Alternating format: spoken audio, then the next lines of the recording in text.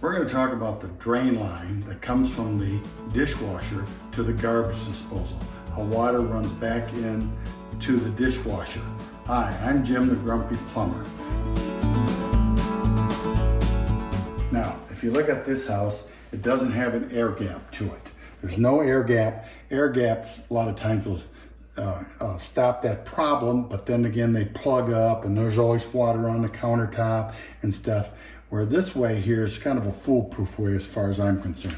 We go down underneath here and you see how the drain line is hooked up here and it sits lower than the sink bowls here. So what we're going to take is, we've already loosened this up, we're going to take it, flip it around here, stick it down here as high as we can get it here, and then we hook it back up there. So now the water from if the sink was full of water, it can't run back in there.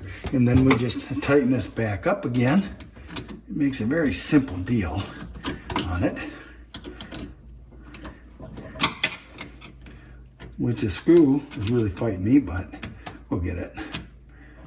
Okay, so that will eliminate that problem. If you don't like that deal, call the Maytag repairman. He'll probably tell you the same thing. Thank you.